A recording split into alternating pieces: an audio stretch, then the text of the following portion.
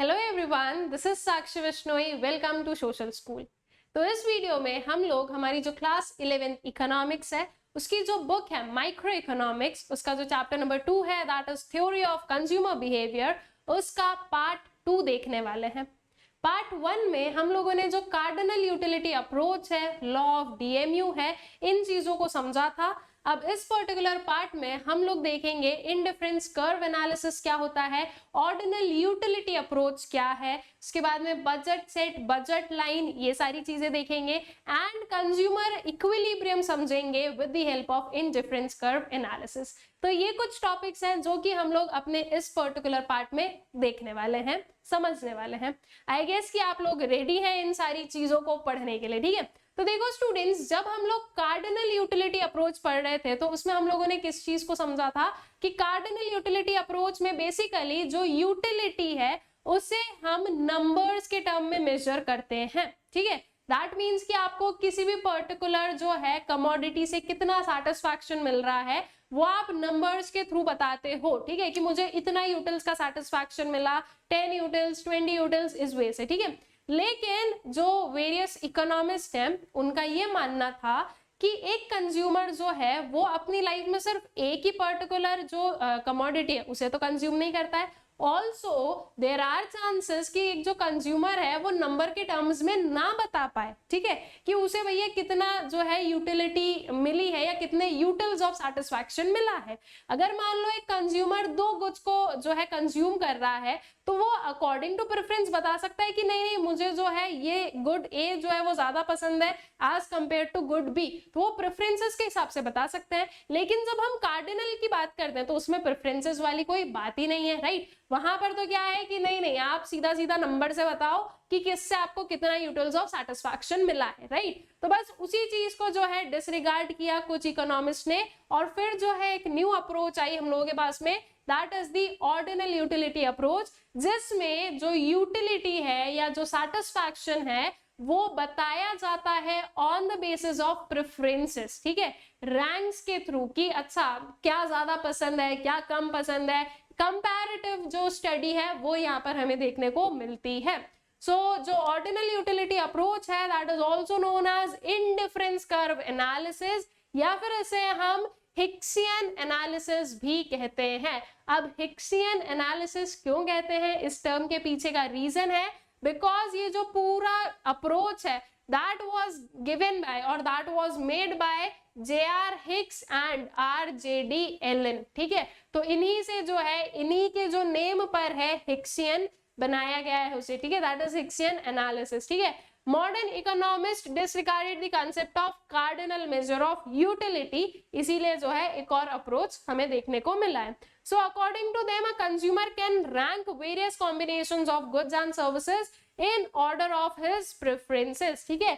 तो इनका क्या मानना था, इनका यही मानना था कि एक जो कंज्यूमर है वो रैंक कर सकता है, बता सकता है, प्रेफरेंसेस बता सकता है कि जो है कौन सा पर्टिकुलर कॉम्बिनेशन उसे ज्यादा सेटिस्फैक्शन दे रहा है, ठीक है। तो वो चीज जो है ये हम लोग ऑर्डिनल यूटिलिटी अप्रोच में पढ़ते हैं।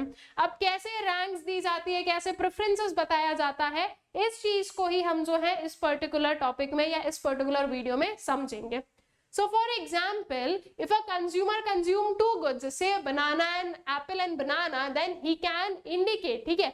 मान लो एक कंज्यूमर 2 गुड्स को कंज्यूम कर रहा है, एप्पल और बनाना को, तो वो ऐसे केस में इंडिकेट कर सकता है whether he prefer apple over banana और whether he prefer banana over apple, whether he is indifferent between apple and banana, ठीक है। तो वो हमें क्लियरली बता सकता है कि उसे एप्पल ज्यादा पसंद है, बनाना पसंद है एप्पल, या दोनों जो है वो इक्वल है, ऑलराइट। जो कि हमारी लाइफ में यूजुअली ये चीज होती है कि आपसे मान लो मम्मी ने पूछा बेटा क्या सब्जी बनानी है, आपको जो है 2 पर्टिकुलर सब्जी बता दी कि गोभी बनानी है या आलू बनानी है। अब आपने बोला नहीं नहीं दोनों ही ठीक है, दोनों में कोई दिक्कत नहीं, मुझे तो दोनों इक्वली पसंद है। तो आपने क्या इंडिकेट किया कि ठीक है दोनों में एज सच कोई प्रेफरेंस नहीं है। मान लो आपको गोभी की सब्जी ज्यादा पसंद है तो आपने बोला नहीं नहीं मम्मा गोभी बनाना, तो आपने क्या बताया कि यू आर प्रेफरिंग गोभी ओवर आलू, ठीक है। या फिर आप बोल रहे हो आलू की सब्जी बनाओ तो आप बता रहे हो कि आप आलू को प्रेफर कर रहे हो ओवर गोभी, ठीक है।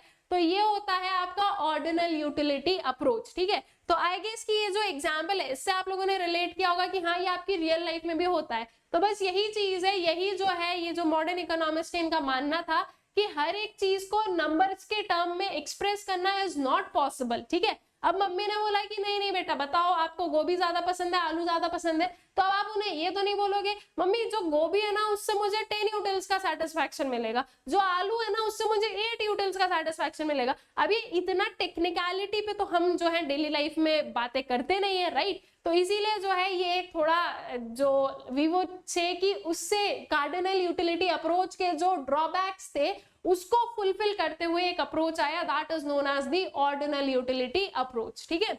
देन जो है इंडिफरेंस कर्व पर आते हैं। ऑर्डिनल यूटिलिटी अप्रोच में मेनली हम लोग जो है इंडिफरेंस कर्व को पढ़ते हैं। तो इंडिफरेंस कर्व क्या होता है इस चीज को समझते हैं।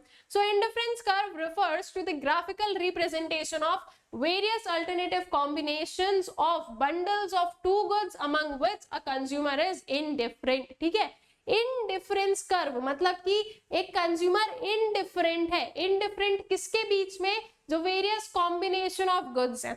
अब इसका मतलब समझते हैं, इसके शेड्यूल से थोड़ा सा जो है आप लोगों को ज्यादा इजीली आप लोग समझ पाओगे कि इंडिफरेंस कर्व का क्या मतलब होता है। जैसे कि हम लोगों ने लिया है combinations of apples and banana, apples है बनाना है, ठीक है। कॉम्बिनेशन P है हमारे पास में, एप्पल है उसमें 1 यूनिट, बनाना है 15 यूनिट्स का, ठीक है। Then we have next combination that is Q, उसमें हमारे पास में एप्पल है 2 यूनिट्स के एंड बनाना कितने हैं 10 यूनिट्स के, ठीक है। देन हमारे पास में next combination R, apple we have 3 units and banana we have 6 units. फिर आपके पास में आता है S combination, you have 4 apples and 3 bananas, फिर आपके पास में 5 एप्पल्स एंड 1 बनाना। अब जो इंडिफरेंस कर्व है स्टूडेंट्स वो ये बताता है कि ये जो पर्सन है ये चाहे P ऑर्डर या P वाला जो कॉम्बिनेशन है वो कंज्यूम करे, Q करे, R करे, S करे या T करे, इन सब में जो लेवल ऑफ सेटिस्फैक्शन है वो कैसा है, इक्वल है। मतलब कि एक पर्सन जो है वो इनमें से कोई भी पर्टिकुलर जो कॉम्बिनेशन है वो अगर कंज्यूम करता है तो इन सब से उसका जो सेटिस्फैक्शन है वो कैसा है, वो सेम ही मिलेगा। मतलब कि या तो वो एक एप्पल को कंज्यूम कर ले, एक एप्पल और 15 बनाना को, या फिर वो 2 एप्पल और 10 बनाना को कंज्यूम कर ले, उसका सेटिस्फैक्शन कैसा रहेगा, सेम रहेगा, ठीक है। ये इंडिफरेंस कर्व एनालिसिस का मतलब है या इंडिफरेंस कर्व का मतलब है। ऑल राइट, आई गेस ये चीज क्लियर है। अब देखो ये थोड़ा सा आपको लगेगा ट्रिकी कि यार ये कैसे हुआ, ये मतलब नहीं समझ में आ रहा है, ये रियल लाइफ से हम नहीं जो है इसे लिंक कर पा रहे हैं। लेकिन देखो कुछ चीजें होती है जो आपको थोड़ी सी लिंक करनी पड़ती है। अब आप इसे इस वे से ले लो कि जैसे कि मान लो आपके पास में जो है 2 चॉकलेट्स है, ठीक है, वन इज योर किटकैट, या फिर आप इसकी जगह पे और कोई सा एग्जाम्पल ले सकते हो जिससे कि आपको ज्यादा अच्छे से समझ में आ जाए, ठीक है। एक हमने ले ली डेयरी मिल्क। अब जो है ये आपके वेरियस कॉम्बिनेशन है, आपने बोला मुझे 1 किटकैट दे दो या फिर 15 डेयरी मिल्क, मतलब कि 1 किटकैट और 15 डेयरी मिल्क दे दो, या फिर मुझे 2 किटकैट और 10 डेयरी मिल्क दे दो, चलेगा, कोई दिक्कत नहीं है, ठीक है। या फिर आपने बोला अगर मुझे 3 किटकैट और 6 डेयरी मिल्क भी दोगे ना तो भी मेरा सेटिस्फैक्शन क्या है, सेम ही रहेगा। ये है आपके जो इनडिफरेंस सेट है, ठीक है, जो इनडिफरेंट बंडल्स हैं वो। ऑल राइट, इन्हें हम क्या बोलते हैं, इन्हें हम बंडल्स बोलते हैं, या इन्हें आप जो है कॉम्बिनेशंस बोल सकते हो, ये PQRST को, ठीक है। अब इसका जो ग्राफ है वो हम लोग देखें तो ग्राफ हमारे पास में कुछ ये है। ये आपका जो इंडिफरेंस कर्व का ग्राफ है स्टूडेंट्स वो कॉन्वेक्स शेप का होता है, ठीक है। कॉन्केव शेप का क्या आता है, अगर आप लोगों को याद है तो आपने आपके जो प्रीवियस चैप्टर है उसमें पढ़ा है, कॉन्केव शेप का जो कर्व बनता है वो किस पर्टिकुलर चीज का बनता है। इफ अगर याद है तो आई गेस आप लोगों के पास में आंसर आप लोगों के माइंड में आ गया होगा, दैट इज PPC, ठीक है। जब हम लोग इंडिफरेंस कर्व की बात कर रहे हैं तो इंडिफरेंस कर्व में जो आपका शेप है वो कैसा बनेगा, कॉन्वेक्स शेप का बनता है। अब कॉन्वेक्स शेप का क्यों बनता है, कोई रीजन होगा ना इसके पीछे, राइट, रीजन तो होगा और उस रीजन को हमें समझना भी है। तो उस रीजन को हम समझेंगे अभी आगे जब आप और कंसेप्ट पढ़ोगे, लाइक जो MRS वाला है, मार्जिनल रेट ऑफ सब्स्टिट्यूशन है, उसे समझेंगे तब आपको इसका कॉन्वेक्स शेप भी समझ में आ जाएगा, ठीक है। तो अभी के लिए इतना याद रखो कि जो इंडिफरेंस कर्व है वो कॉन्वेक्स शेप का बनेगा, ठीक है। इस वे का जो है बनेगा। और इसमें ये जो वेरियस कॉम्बिनेशंस हैं, इसमें एक पर्सन इनडिफरेंट है, उसे P कंज्यूम करवा लो, Q करवा लो, R करवा लो, इन सब में क्या है, वो इनडिफरेंट है, ठीक है। देन उसके बाद में इंडिफरेंस मैप की बात करें। अब मैप क्या है, मैप का मतलब है कि आपने 2-3 कर्व को एक साथ में ले लिया, ठीक है। दैट मीन्स जब आप फैमिली ऑफ इंडिफरेंस कर्व लेते हो तो वो आपका बन जाता है indifference map. So indifference map is the family of indifference curves that represent consumer preferences over all the bundles of 2 goods, ठीक है। तो ये 2 गुड्स के जो वेरियस बंडल्स हैं उनका जो पूरा जो लाइक कॉम्बिनेशंस ऑफ गुड्स हैं वो यहाँ पर शो करता है आपका इंडिफरेंस मैप, ठीक है। देन उसके बाद में आते हैं इस पर्टिकुलर कंसेप्ट पर, that is marginal rate of substitution.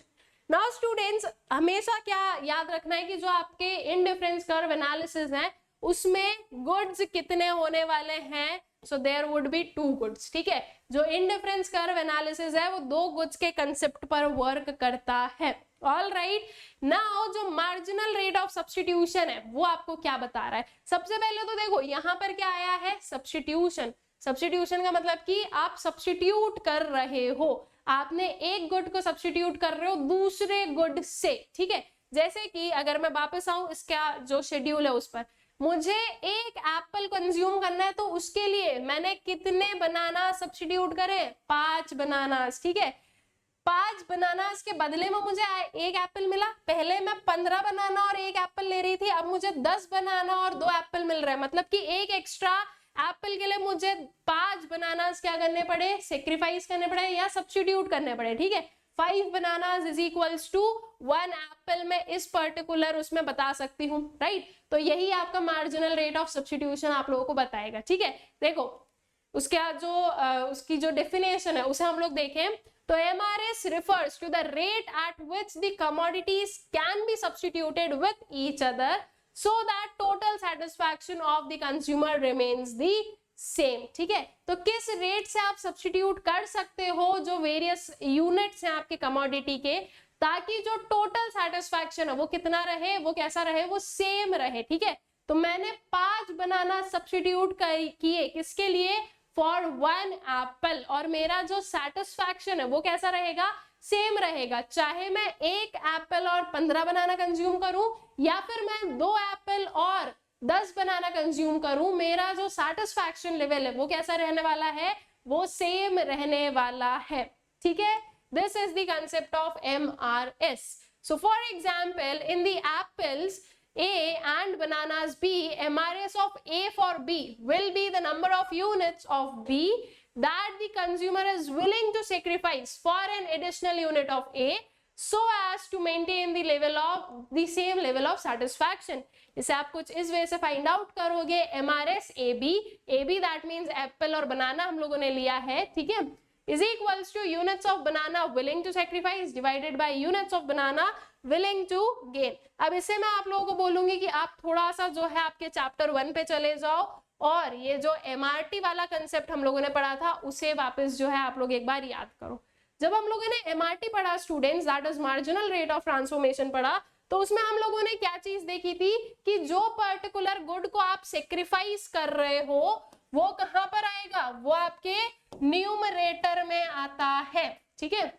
जो आप सेक्रीफाइस कर रहे हो वो कहां आएगा, वो आपके न्यूमरेटर में आएगा, और जो आप गेन कर रहे हो वो आएगा आपके डिनोमिनेटर में। ऑलराइट, ये चीज हम लोगों ने पढ़ी है। सेम चीज यहाँ पर देखो आप MRS में भी हम लोग न्यूमरेटर में क्या ले रहे हैं, वो पर्टिकुलर गुड को जो आप सेक्रीफाइस करते हो, और न्यूमरेटर में क्या ले रहे हैं, उस गुड को जो हम गेन कर रहे हैं, ठीक है। आई गेस क्लियर हो गई ये चीज। ये मैंने आपको लिंक क्यों करवाया है, ये याद रखने में आप लोगों को इजी रहेगा। आपने एक कंसेप्ट को पढ़ा है, उससे आप आगे आने वाले 2-4 कंसेप्ट और याद रख सकते हो, ठीक है। इसलिए मैंने यहाँ पर आपको जो है MRT का कंसेप्ट दिया है कि इस वे से जो आपको इंटरलिंक करते जो है चलना है। तो MRS ऑफ AB क्या हो जाएगा, कितने यूनिट्स आप सेक्रीफाइस कर रहे हो of A to gain like, and कितने यूनिट्स आप विलिंग हो किसके, आपके एप्पल के गेन करने के लिए, ठीक है। अब इसे आप लोग फाइंड आउट करके भी देखेंगे, तब भी हमें जो है और अच्छे से चीजें क्लियर भी होती जाएंगी। So MRSAB is the rate at which a consumer is willing to give up banana for 1 more unit of apple, ठीक है। It means MRS measures the slope of indifference curve. अब अभी मैंने आप लोगों को बोला ना कि इंडिफरेंस कैसा है, कॉन्वेक्स शेप का है, तो इस कॉन्वेक्स शेप के पीछे का जो रीजन रहेगा दैट वुड बी MRS। अब MRS कैसा होगा तब ये कॉन्वेक्स शेप आएगा, उस चीज को हम लोग देख लें। तो उसके लिए जो MRS का शेड्यूल है उस पर आते हैं। देखो बनाना आपने सेक्रीफाइस किए 15 से आप 10 पर आए, कितना सेक्रीफाइस किया, 5 बनाना सेक्रीफाइस किया to gain 1 more unit of apple। फिर आपने 4 बनाना को सेक्रीफाइस किया है to gain 1 more unit of apple। फिर आपने 3 बनाना को सेक्रीफाइस किया है, ठीक है, देन आपने 2 बनाना सेक्रीफाइस किए to gain 1 more unit of apple, ठीक है। अब आप लोग देखोगे स्टूडेंट्स जो आपका MRS है वो डिक्रीज हो रहा है, 5 से 4 पर आया, 4 से 3 पर आया, 3 से 2 पर आया। अब ऐसा क्यों हो रहा है, देखो सबसे पहले जब हमें एक और यूनिट ऑफ एप्पल मिल रहा था तो हमने खुशी खुशी जो है 5 बनाना क्या कर दिया, सेक्रीफाइस कर दिया कि ठीक है यार अभी एक एप्पल, एक जो है यूनिट ऑफ एप्पल हमें मिल रहा है। फिर हमें लगा कि अच्छा ठीक है एप्पल मिल गया, 2 एप्पल हम लोगों ने कंज्यूम कर लिए, फिर हमने थोड़े कम बनाना सेक्रीफाइस किए। क्यों, क्योंकि अब जो है उतना सेटिस्फैक्शन थोड़े ना मिल रहा है हमें, राइट। ये जो फर्स्ट यूनिट को कंज्यूम किया था हमने तब हमें ज्यादा अच्छा लग रहा था, फिर सेकेंड किया तब भी ठीक है, अच्छी बात है, फिर थर्ड पर आए, ठीक है अभी 2 यूनिट्स को हम लोग जो है कंज्यूम कर चुके हैं, तो इतना जो है हमें बनाना को सेक्रीफाइस करने की जरूरत नहीं उतने हाई रेट पर। फिर उसके बाद में हमने जब 4 यूनिट पर आए, हाँ ठीक है, लाइक अब जो एक जो लॉ ऑफ DMU है ना उसको भी थोड़ा सा यहाँ पर माइंड में रखो कि वो जो है एक नॉर्मल ह्यूमन साइकोलॉजी को शो कर रहा है कि ऐसा होता है, ठीक है। तो जैसे जैसे हमें ज्यादा यूनिट्स ऑफ एप्पल मिलते जा रहा है हम उसके लिए कम यूनिट्स ऑफ बनाना को सेक्रीफाइस करना चाह रहे हैं, इसीलिए आपका MRS कैसा आ रहा है, इसीलिए आपका MRS डिक्रीज होता हुआ आ रहा है, ठीक है। तो क्योंकि आपका MRS डिक्रीज हो रहा है इसलिए आपका जो शेप है ऑफ इंडिफरेंस कर्व वो कॉन्वेक्स आता है। अगर आप लोगों के पास में क्वेश्चन आता है कि वाई जो है indifference curve is convex in origin, तो उसका रीजन क्या है, because of decreasing rate of MRS। और MRS डिक्रीज क्यों होता है, उसके पीछे का रीजन क्या है, बिकॉज हम जो है कम यूनिट्स को सेक्रीफाइस करना चाहते हैं, ठीक है, मतलब सक्सेसिवली जो है ये हमारी विलिंग होती है कि हम कम यूनिट्स को सेक्रीफाइस करना चाहते हैं to gain additional unit of another commodity, ठीक है, क्योंकि ये कहीं ना कहीं एक मोनोटोनिक प्रेफरेंस आ जाता है। अब मोनोटोनिक प्रेफरेंस एक और टर्म, एक और जो है न्यू टर्म आप लोगों के सामने आया है, इसका मतलब भी हम लोग समझ ले। मोनोटोनिक प्रेफरेंस का मतलब होता है कि एक जो कंज्यूमर है वो उस पर्टिकुलर बंडल को प्रेफर करेगा जहां पर उसे ज्यादा गुड्स मिल रहे हो। जैसे कि फॉर एग्जाम्पल वैसे तो मैं बोल रही हूँ कि P और R में एक जो कंज्यूमर है वो क्या है, इनडिफरेंट है, लेकिन अगर आप लोग देखो तो यहाँ पर एप्पल का 1 है, बनाना के 15 यूनिट्स हैं, ठीक है, यहाँ पर एप्पल के 3 यूनिट्स हैं, बनाना के 6 यूनिट्स हैं। तो अब यहाँ पर हम ये देखेंगे कि हमें ज्यादा यूनिट्स बनाना का चाहिए या एप्पल का चाहिए, ठीक है, तो उस वे से जो है हम चीज देखते हैं, ठीक है। अब जैसे कि यहाँ पर देख लो तो यहाँ पर 5 यूनिट्स ऑफ एप्पल है लेकिन सिर्फ और सिर्फ 1 यूनिट ऑफ बनाना है, ऑलराइट। तो यहाँ पर जो है प्रेफरेंस थोड़ा सा हम देखते हैं। मोनोटोनिक प्रेफरेंसेस बेसिकली आपको ये बताता है कि एक कंज्यूमर उस बंडल को चूज करता है जहां पर उसे दोनों गुड्स या फिर एटलीस्ट एक गुड का ज्यादा जो है यूनिट्स मिल रहे हो, ज्यादा जो है क्वांटिटी मिल रही हो, हम उसे प्रेफर करते हैं, that is termed as the monotonic preference, ठीक है। तो ये था आपका क्या, MRS, और MRS की वजह से, MRS के डिक्रीज होने की वजह से जो आपका इंडिफरेंस कर्व है वो कैसा है, वो कॉन्वेक्स इन ओरिजिन होता है। ऑल राइट, आई गेस इतनी जो स्टोरी है वो आप लोगों को क्लियर है। अब आते हैं हम लोग जो अजम्पशंस हैं इंडिफरेंस कर्व के, ठीक है, इंडिफरेंस कर्व के अजम्पशंस हमें लेने पड़ेंगे। जैसे कि इंडिफरेंस कर्व में हमने देखा कि 2 ही गुड्स है, तो वो एक उसका अजम्पशन ही हुआ ना। अब ऑब्वियस सी बात है एक जो पर्सन है वो अपनी लाइफ में सिर्फ 2 गुड्स को तो कंज्यूम करता नहीं है, हम 2 से ज्यादा गुड्स को कंज्यूम करते हैं एक ही पर्टिकुलर टाइम पर, ठीक है। तो बस वही चीज हमें अज्यूम करनी है कि नहीं भैया, अगर हम इंडिफरेंस कर्व एनालिसिस की बात कर रहे हैं तो हमें ये चीज को अज्यूम करना पड़ेगा कि हम 2 ही गुड्स कंज्यूम कर रहे हैं, ठीक है। सो 2 commodities, this is the first assumption. So it is assumed that a consumer has a fixed amount of money whole of which is to be spent on two goods given constant prices of both the goods। ठीक है, तो ये assume करना है कि एक consumer की जो कंज्यूमर के पास में जो मनी है वो कैसा है, फिक्स्ड है, और ये जो मनी है ये पूरी तरह से यूज हो रहा है दो गुड्स के कंजम्पशन में। ठीक है, this we need to assume. उसके बाद में next one is non satiety. It is assume that a consumer has not reached the point of saturation. Satiety या सैचुरेशन क्या होता है कि एक मैक्सिमम सेटिस्फैक्शन मिल गया कि बस अब काफी है, इससे ज्यादा सेटिस्फैक्शन अब आपको नहीं मिल सकता है। तो जब हम इनडिफरेंस कर्व एनालिसिस की बात करते हैं तो उसमें हमें यह अज्यूम करना है कि एक पर्सन जो है वो पॉइंट ऑफ सैचुरेशन तक नहीं पहुंचा है, वो पॉइंट ऑफ सेटाइटी तक नहीं पहुंचा है। ठीक है, then we have ordinal utility. Ordinal utility simple सी चीज है, इनडिफरेंस कर्व को आप ऑर्डिनल यूटिलिटी अप्रोच के अंदर पढ़ रहे हो तो वो उसका अजम्पशन भी होगा। दैट इज एक जो पर्सन है वो रैंक कर सकता है उसकी प्रेफरेंसेस को on the basis of satisfaction from each bundle of goods. ठीक है, तो ये हमें मानना है कि एक जो पर्सन है वो एबल है कि वो क्या कर सकता है, वो उसकी प्रेफरेंसेस को रैंक कर सकता है। ठीक है, देन उसके बाद में diminishing marginal rate of substitution. अब diminishing marginal rate of substitution अगर होगा तभी जो है इनडिफरेंस कर्व कॉन्वेक्स शेप का होगा। अगर मान लो आपका marginal rate of substitution increase होने लगे तो जो इनडिफरेंस कर्व है वो ऐसा आ जाएगा, अगर वो कांस्टेंट रहे तो इनडिफरेंस कर्व जो है वो ऐसा हो जाएगा। ठीक है, इसीलिए हमें ये भी अज्यूम करना है कि जो मार्जिनल रेट ऑफ सब्स्टिट्यूशन है वो कैसा रहेगा, वो डिमिनिशिंग रहेगा।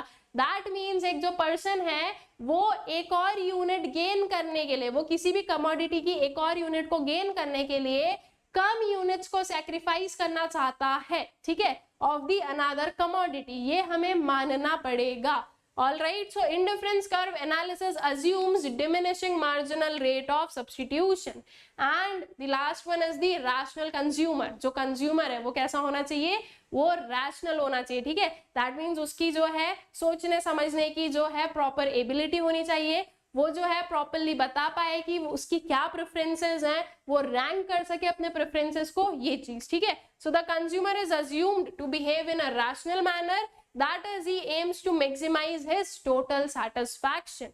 All right, so I guess ये जो indifference curve के assumptions हैं, these are also clear to you।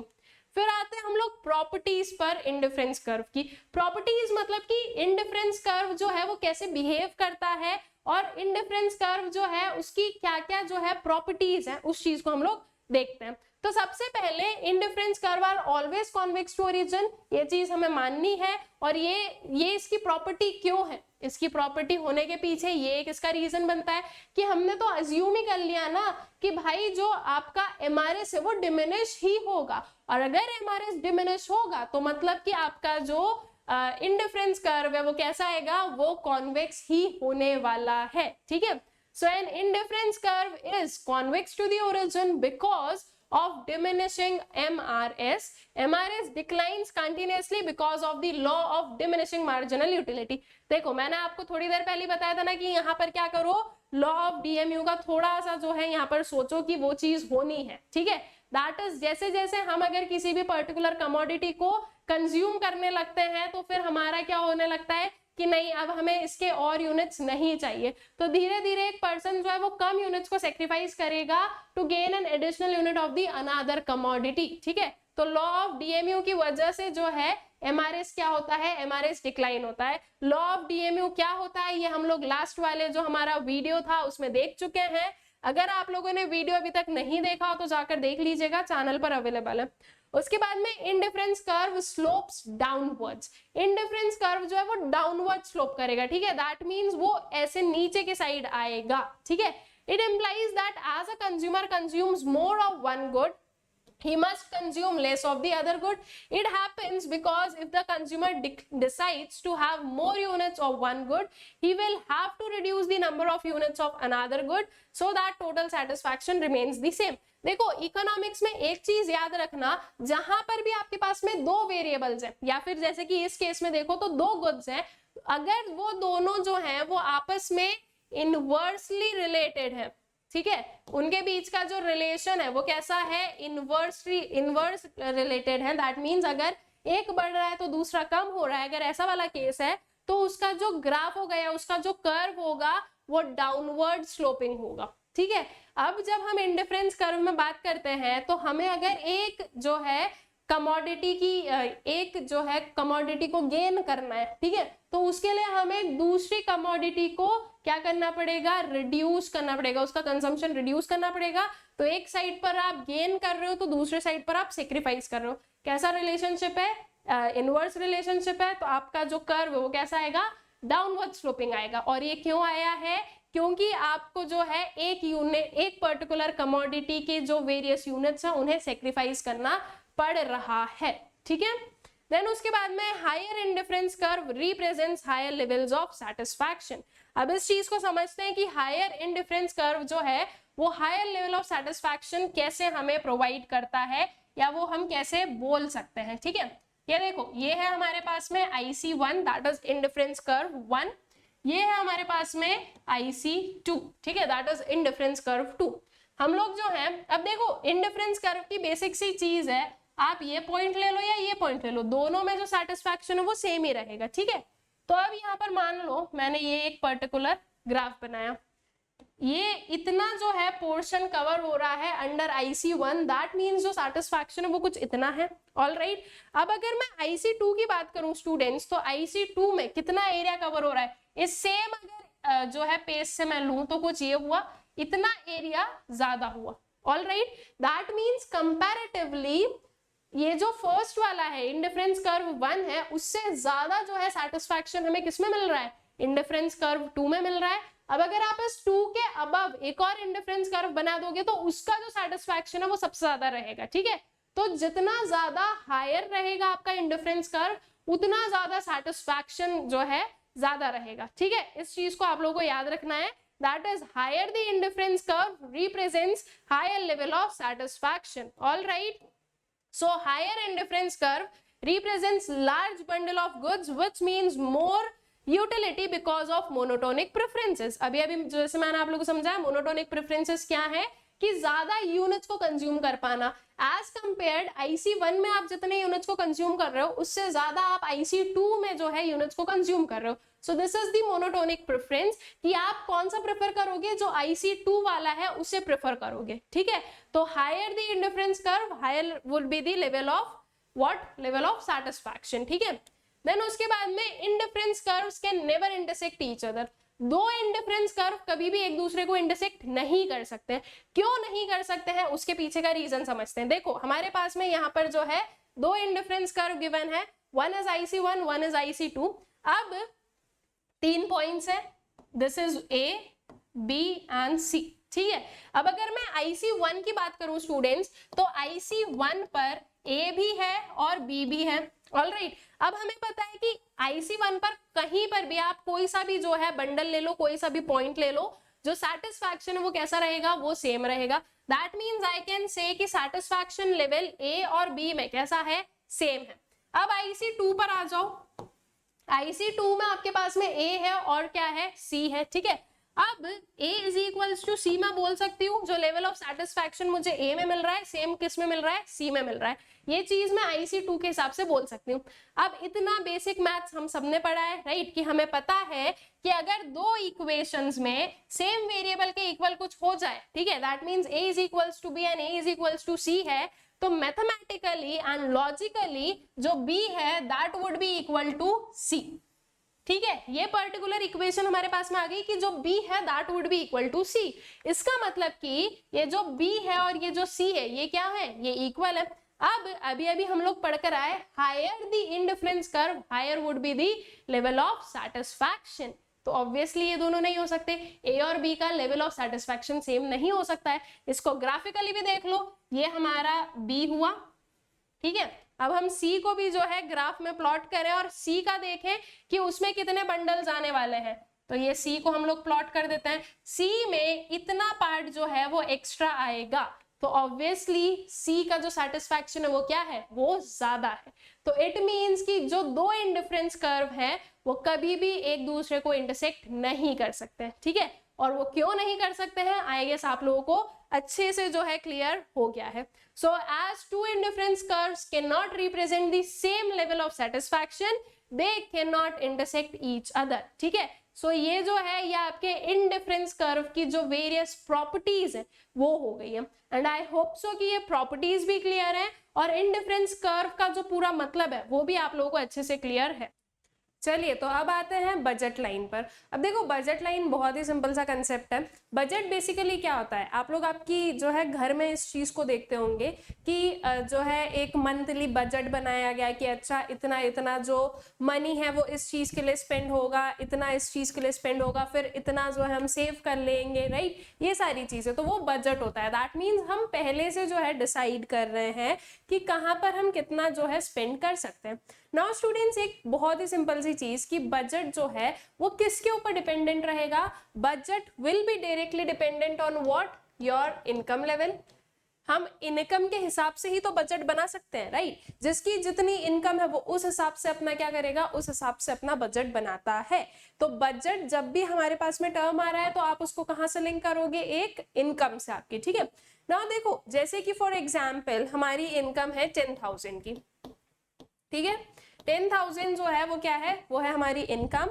अब इस 10,000 को हम ऐसे स्पेंड करेंगे कि हमारे जो वांट्स है वो सेटिस्फाई हो सके। ऑल राइट, अब बजट लाइन जो है स्टूडेंट्स वो बेसिकली आपको यही बताती है कि आपकी जो इनकम है उसको देखते हुए आप क्या क्या जो है वेरियस कॉम्बिनेशन ऑफ गुड्स जो हैं उन्हें कंज्यूम कर पाते हो। जैसे कि फॉर एग्जाम्पल यहाँ पर हम लोगों ने 10,000 लिया है, let's take for an example good A है जिसकी प्राइस है 1000 पर यूनिट की, और गुड बी है इसकी प्राइस है से 2000, ठीक है, इसकी प्राइस हम लोग ले लेते हैं 2000 पर जो है यूनिट की। अब मैं बोल रही हूँ कि मुझे जो है 5 यूनिट्स किसके कंज्यूम करना है, गुड बी के।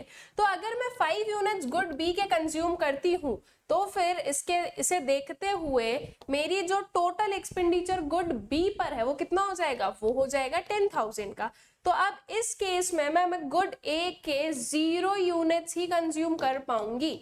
क्यों? क्योंकि जो मेरी पूरी इनकम है वो तो मैंने स्पेंड कर दी कहां पर, गुड बी के कंजम्पशन में, ठीक है। अब अगर मुझे गुड ए का भी कंजम्पशन करना है तो मुझे गुड बी का कंजम्पशन रिड्यूस करना पड़ेगा, ठीक है। Let's take for an example, मैं बोल रही कि अच्छा ठीक है 5 में अगर पूरी हमारी इनकम जो है वो अगर गुड बी के कंजम्पशन में ही जा रही है तो एक काम करते हैं 4 यूनिट्स को हम लोग यहाँ पर ले लेते हैं। इफ हम लोग 4 यूनिट्स का कंजम्पशन कर रहे हैं ऑफ गुड बी तो टोटल एक्सपेंडिचर यहाँ पर हो गया 8,000 का। अब 2,000 रुपीज हमारे पास में बचे हैं जो कि हम स्पेंड कर सकते हैं गुड ए पर, तो 2,000 स्पेंड कर सकते हैं। दैट मीन्स इसकी जो है 2 यूनिट्स हम लोग कंज्यूम कर सकते हैं, ठीक है। तो ये हमारा क्या बनेगा, ये हमारा नेक्स्ट जो है पॉसिबल कॉम्बिनेशन बन सकता है। इफ अगर हम चाह रहे हैं कि हम गुड ए के और यूनिट्स को कंज्यूम करें तो हमने बोला कि चलो ठीक है यहाँ पर और कम करते हैं, हम गुड बी के 3 यूनिट्स ही कंज्यूम करेंगे। तो फिर इस केस में अब जो इनकम स्पेंड है दैट इज 6,000, बचा कितना हमारे पास में 4,000 बचा है। तो अब जो है हम यहाँ पर 4 यूनिट्स जो है वो कंज्यूम कर सकते हैं ऑफ गुड ए। तो इस वे से आप आपकी इनकम को देखकर या फिर वो से हमारे बजट को देखते हुए जो वेरियस कॉम्बिनेशन ऑफ गुड्स हैं उन्हें परचेस कर पाते हैं, उन्हें कंज्यूम कर पाते हैं। जब ये जो पूरी चीज मैंने आपको समझाई, जब हम इसे with the help of a graph बताते हैं तो वो हमारी क्या कहलाती है, वो कहलाती है बजट लाइन, ठीक है। अब जैसे कि ये ग्राफ हम लोगों ने लिया है, यहाँ पर जो है हम लोगों ने क्या ली है, quantity of good Y and here it comes quantity of good X, ठीक है। तो ये एक लाइन है, ठीक है। इस लाइन पर जितने भी कॉम्बिनेशंस बन रहे हैं, चाहे वो ये हो, ये हो, ये वाला हो, ये वाला हो या फिर ये हो, ठीक है, जितने भी कॉम्बिनेशंस बन रहे हैं ये सारे कॉम्बिनेशंस में जो आपकी मनी इनकम स्पेंड होगी वो आपकी जो मनी स्पेंड होगा वो आपकी इनकम के बराबर होगा, ठीक है। दैट मीन्स ये इस पर्टिकुलर लाइन पर आने वाले जो सारे पॉसिबल कॉम्बिनेशंस हैं उसमें आपकी जो इनकम है वो पूरी तरह से क्या हो जा रही है, स्पेंड हो जाती है, ठीक है ना। इसके अलावा एक दो कंसेप्ट और आते हैं जो कि मैं यहीं पर आपको बता देती हूँ। ये हमारी बजट लाइन है स्टूडेंट्स, ठीक है। मान लो इसके अंदर हमारे पास में कोई पर्टिकुलर कॉम्बिनेशन है, ठीक है। अब इन कॉम्बिनेशंस को हम क्या बोलेंगे, let's give it for an example, name दे देते हैं A and B.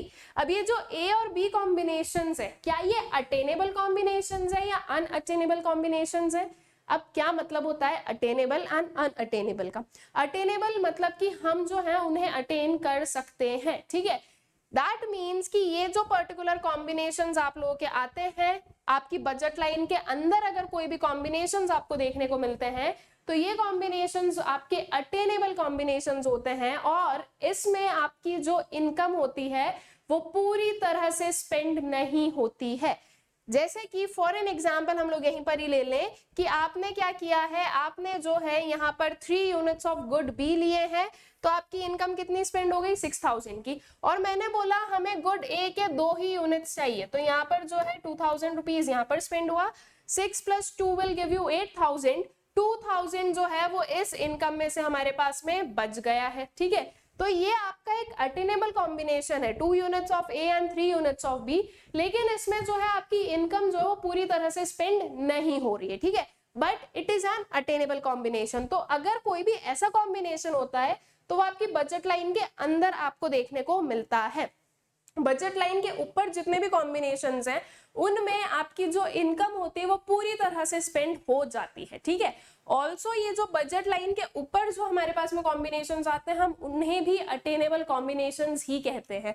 Reason being कि हम उन्हें अटेन कर सकते हैं, राइट, हम उन पर्टिकुलर कॉम्बिनेशंस को कंज्यूम कर सकते हैं, ठीक है। इसके अपार्ट अब जो है हमारे पास में एक और कंसेप्ट इसी में, दैट इज अनअटेनेबल कॉम्बिनेशन, ठीक है। अब मान लो मेरे पास में कोई कॉम्बिनेशन यहाँ पर है, ठीक है, ये है आपका सी कॉम्बिनेशन, ये है आपका डी कॉम्बिनेशन, तो क्या हम सी और डी कॉम्बिनेशन को अटेन कर सकते हैं? नहीं कर सकते। क्यों नहीं कर सकते हैं? वो अनअटेनेबल कॉम्बिनेशंस क्यों बोलेंगे हम उन्हें? क्योंकि देखो जो आपकी मैक्सिमम इनकम, ठीक है, या वी वुड से कि जो आप मैक्सिमम यूनिट्स को कंज्यूम कर सकते हो, आपकी इनकम गिवन है, उस इनकम के हिसाब से आप जितने भी यूनिट्स को कंज्यूम कर सकते हो वो सारे कॉम्बिनेशंस आपको ये जो बजट लाइन है इस पर दिखेंगे, ठीक है। अगर आपकी पूरी की पूरी इनकम स्पेंड होती है तो आप जो है इन पर्टिकुलर कॉम्बिनेशंस को ही क्या कर सकते हो, कंज्यूम कर सकते हो। इसके अपार्ट अगर आप कोई कॉम्बिनेशन बना दो तो वो अनअटेनेबल हो जाएगा ना। जैसे कि फॉर एग्जाम्पल हम यहाँ पर बोल दें कि मैं जो है हम लोग क्या ले रहे हैं, हम लोग यहाँ पर ले लेते हैं 2000 का गुड बी एंड इसके 5 यूनिट्स, ठीक है। 5 यूनिट्स अगर गुड बी के ले लिए तो आपकी जो मनी गुड बी पर स्पेंड है वो कितना हो गया, 10,000 का हो गया। इन दैट केस मैं ये भी बोल रही हूँ कि हम 2 यूनिट्स ऑफ गुड ए भी कंज्यूम करेंगे, ये आपका 2000 का एक्सपेंडिचर आ गया। टोटल एक्सपेंडिचर कितना हुआ? टोटल एक्सपेंडिचर जो है वो हमारे पास में आ जाता है 12,000 का, लेकिन हमारी जो इनकम है वो कितनी है, वो है 10,000 की। तो क्या आप इस पर्टिकुलर कॉम्बिनेशन को अटेन कर सकते हो? नहीं कर सकते। ये जो एक्स्ट्रा 2000 है ये हम कहाँ से लाएंगे? यहाँ पर देखो वो वाले कंसेप्ट मत लाना, मैडम हमारी पहचान वाले ही हैं वो, तो हम जो है उन्हें नेक्स्ट मंथ पे कर देंगे, या हम उधार ले लेंगे, ठीक है, या हम किसी से जो है फ्रेंड वगैरह किसी रिलेटिव वगैरह से जो है हेल्प ले लेंगे। ये सारे जो है अजम्पशंस यहाँ पर नहीं लेने हैं, यहाँ पर हमें सीधा सीधा जो है अपनी इनकम के साथ में चलना है, ठीक है। तो दैट मीन्स ये जो एक्स्ट्रा 2000 है वो हम नहीं ला सकते कहीं से, ठीक है। तो इन दैट केस ये जो पर्टिकुलर कॉम्बिनेशन है गुड बी के 5 यूनिट्स एंड गुड ए के 2 units, this is an unattainable combination. तो ऐसे जो भी कॉम्बिनेशंस होते हैं वो आपके इस बजट लाइन के जो है बियॉन्ड हमें देखने को मिलते हैं। तो इसके बियॉन्ड आप जितने भी देखोगे दोज आर अनअटेनेबल कॉम्बिनेशंस, और इसके अंदर आप जितने भी देखोगे those are attainable combinations. All right, so I guess budget line का मतलब अटेनेबल, अनअटेनेबल, ये सारी जो चीजें हैं ये आप लोगों को क्लियर हो गई है। अगर इसकी प्रॉपरली डेफिनेशन हम लोग देखें जो कि आप लोगों को काम आती है जब आप आंसर्स वगैरह लिखते हो, तो एक बार पढ़ लेते हैं कि डेफिनेशन को आपको लिखना कैसे है, ठीक है। So budget line is the graphical representation of all possible combinations of two goods which can be purchased with given income of the consumer and prices such that the cost of each of these combination is equal to the money income of the consumer। ठीक है, देखो क्या बोला है कि budget line क्या है, graphical representation है वो सारे पॉसिबल कॉम्बिनेशंस क्या जो कि दो गुड्स में बन रहे हैं। यहां पर भी जैसे हम लोगों ने इंडिफरेंस कर्व में दो गुड्स का पढ़ा है, same goes to budget line, इसमें भी जो है हमें दो गुड्स को ध्यान रखना है, ठीक है। तो possible combination of two goods which can be purchased, ठीक है, which can be purchased with given income, ठीक है, जो गिवन इनकम है उससे परचेज किए जा सके, of a consumer and prices such that the cost of each of these combination is equal to the money income of the consumer. ठीक है, तो जो पूरा मैंने विद द हेल्प ऑफ आपको एग्जाम्पल समझाया वही चीज जो है आपके यहाँ पर डेफिनेशन में लिखी हुई है। ठीक है, सो आई गेस बजट लाइन का जो मतलब है वो क्लियर है। उसके बाद में आते हैं बजट सेट पर। अब budget set is basically what, ये जो हमने वेरियस सेट लाइक जो कॉम्बिनेशंस हम लोगों ने देखे थे, ठीक है, वो हो जाते हैं आपके बजट सेट। ठीक है, जैसे कि मैंने बोला कि इनकम कितनी है 10,000 की है, गुड ए हमने परचेज किया 2 यूनिट्स, गुड बी हमने परचेज किया, चलो एक काम करते हैं यहाँ से स्टार्ट करते हैं, गुड बी परचेज किया 5 यूनिट्स का, तो गुड ए परचेज किया हमने 0। ठीक है, गुड बी को हमने परचेज किया 4 यूनिट्स में, तो गुड ए कितना कर पाओगे आप 2 यूनिट्स कर पाओगे। ठीक है, यहाँ पर आपने 3 किया तो यहाँ पर क्या हो गया 4 हो गया, देन यहाँ पर 2 आया तो यहाँ पर आपका 6 आ गया। ठीक है, तो इस वे से जो है आपने क्या किया है, इस वे से आपने जो पूरा अपना लाइक सेट है वो बताया। ठीक है, गुड बी का प्राइस कितना है, गुड बी का प्राइस है आपके 5,000 का। ठीक है, एंड गुड ए है प्राइस हमारे पास में 1000। ठीक है, तो इस वे से ये जो वेरियस आपको सेट दिख रहे हैं, these are what, these are budget set. जैसे इंडिफरेंस कर्व में हम लोगों ने जो है वेरियस सेट्स देखे हैं, सेम वे में आप लोग बजट में भी क्या देख रहे हो, बजट सेट्स देख रहे हो। ठीक है, so this is the budget set. So budget set is the set of all possible combination of two goods which can be consumed which a consumer can afford given his income and prices in the market. All right, then उसके बाद में diagrammatic explanation पर अगर हम लोग आ जाएं तो देखो ये चीज हो गई आपका जो शेड्यूल है वो बता रहा है, ये जो है ये वेरियस आपके पास में सेट्स है। ठीक है, कॉम्बिनेशंस है, तो ये वेरियस सेट हो गए। आपके पास में है गुड में एप्पल्स गिवन है जो कि 4 रुपीज का है, बनानास गिवन है जो कि 2 रुपीज का है, और money spent is equals to आपकी इनकम आपके पास में गिवन है कितनी 20 रुपीज की। ठीक है, तो उस वजह से जो वेरियस कॉम्बिनेशंस हैं वो बनाए गए हैं। ऑल राइट, अब यहाँ पर जो है प्रॉपर कैलकुलेशन के साथ में आप देखोगे कि आपका जो मनी स्पेंड है वो कितना होगा आपकी इनकम के बराबर, दैट इज 20 का। ठीक है, और ये जो है आपके पास में वेरियस क्या आ जाएंगे, कॉम्बिनेशन आ जाएंगे। अब देखो यहाँ पर भी आप एक चीज देखोगे जो कि आप लोगों ने इंडिफरेंस कर्व में देखी थी, पहले हम लोग कितने एप्पल कंज्यूम कर रहे थे 5 यूनिट्स, बनाना 0 यूनिट्स के, फिर हमने एप्पल का कंजम्पशन डिक्रीज किया तो हमारे पास में जो बनाना का कंजम्पशन है वो इंक्रीज हुआ। ठीक है, फिर आपने फर्दर एक और जो यूनिट है वो सेक्रीफाइस किया of apple to gain extra units of banana. ठीक है, तो बनाना फिर आपने और कंज्यूम किया, फिर आपने जो है और अपना डिक्रीज किया कंजम्पशन ऑफ एप्पल, तो आपने बनाना का क्या किया है, इंक्रीज किया है। दैट मीन्स यहाँ पर भी वही कंसेप्ट आ रहा है कि to gain more units of any commodity you need to sacrifice units and you need to sacrifice some units of the other commodity। ठीक है, that means बिना sacrifice के आप कुछ gain नहीं कर पाओगे। given आपके पास में जो income है वो same है, constant है, आपके जो cost है, ठीक है, जो 2 commodities है उनके जो cost है वो भी कैसे है, वो भी constant है, उनमें भी कोई भी changes नहीं है। तो फिर ऐसे केस में जो है आपको अगर किसी भी पर्टिकुलर commodity का consumption बढ़ाना है तो आपको दूसरी कमोडिटी को जो है सेक्रीफाइस करना पड़ेगा। ठीक है, I guess this concept is also clear to you. Same चीज हम लोगों ने कहां पर पढ़ी, हमारा जो इंडिफरेंस कर्व है उसमें पढ़ी कि अगर आप एक जो है कमोडिटी का कंजम्पशन बढ़ाना चाहते हो तो आपको दूसरी कमोडिटी को जो है सेक्रीफाइस करना पड़ेगा। ठीक है, यह आपका जो है जो डायग्राम है वो आ जाता है, ग्राफ आ जाता है। दैट मीन्स ये जो वेरियस कॉम्बिनेशंस जो अभी हम लोगों ने शेड्यूल में देखे वही आप लोग यहाँ पर देख रहे हो। तो इस बजट लाइन पर आने वाले जो सारे कॉम्बिनेशंस हैं those are equal to the income. ठीक है, जो भी आपकी इनकम है उतना ही आपका जो मनी है वो स्पेंड हो रहा है।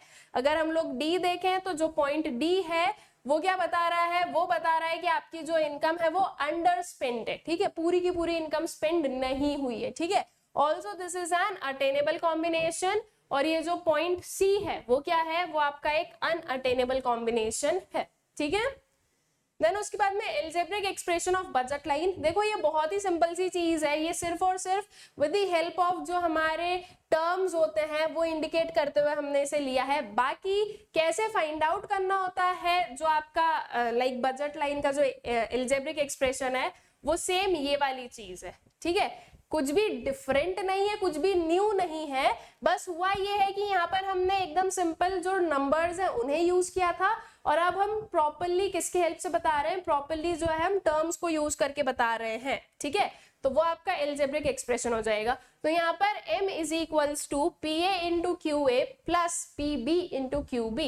What is PA? That is price of apples या फिर good A, quantity of apples, उसमें आप प्लस कर दोगे price of banana multiplied by quantity of bananas, ठीक है। तो आपके पास में आ जाएगा आपकी मनी इनकम या फिर money spend. All right, then slope of budget line, ठीक है। बजट लाइन का स्लोप कैसे मेजर होता है?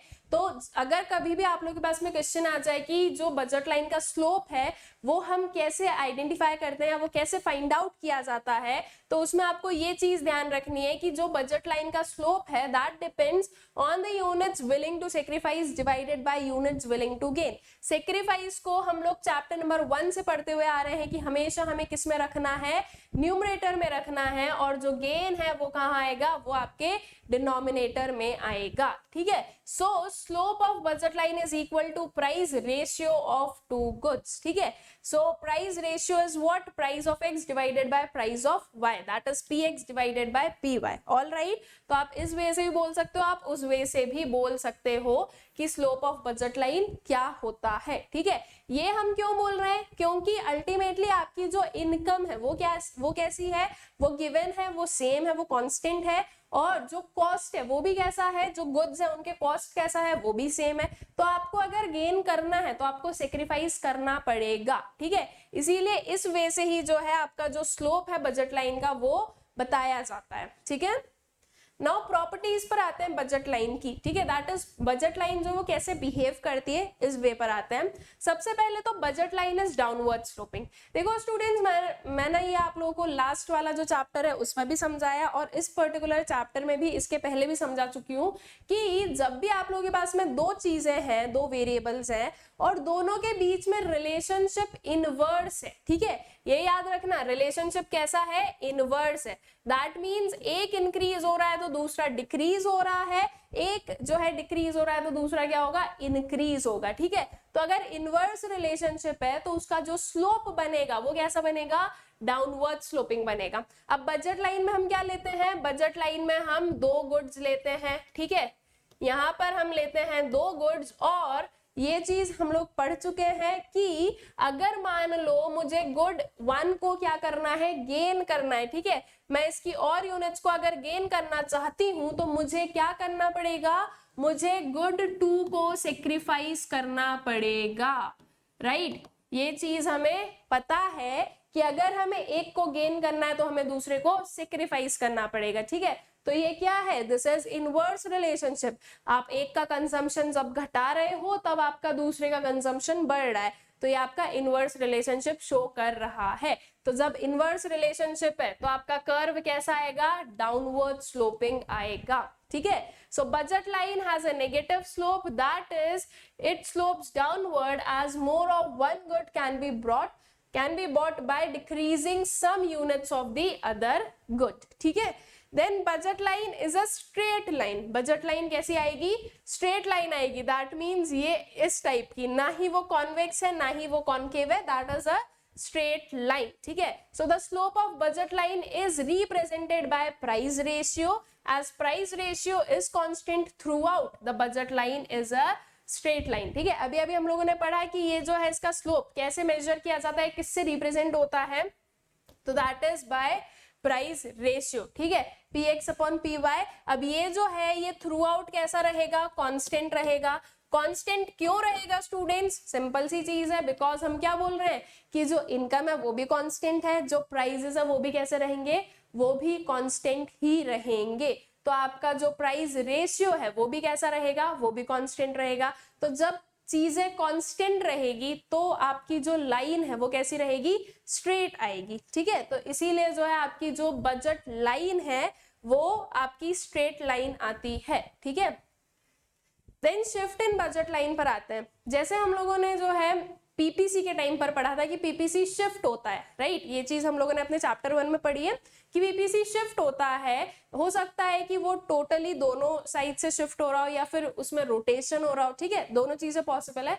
सेम वे में बजट लाइन जो है वो भी क्या होती है, वो भी शिफ्ट हो सकती है, ठीक है। अब शिफ्ट होने के पीछे इसके दो रीजंस हो सकते हैं। One can be income of consumer changes और second can be price of commodity changes, ठीक है। अब इनकम भी चेंज हो सकती है और प्राइस भी चेंज हो सकता है। वन बाय वन दोनों के केसेस पढ़ते हैं। सबसे पहले देख लेते हैं कि अगर इनकम जो है कंज्यूमर की वो अगर चेंज होती है तो फिर उसका क्या इंपैक्ट होता है। So effect of the income, effect of the change in the income of the consumer, ठीक है। अब मान लो स्टूडेंट्स हमारे पास में जो इनिशियल इनकम थी वो कितनी थी, 10,000 की थी, ऑल राइट। अब मैं बोल रही हूँ कि इनकम जो है वो बढ़ गई है और अब जो है इनकम कितनी हो गई, 15,000 की हो गई।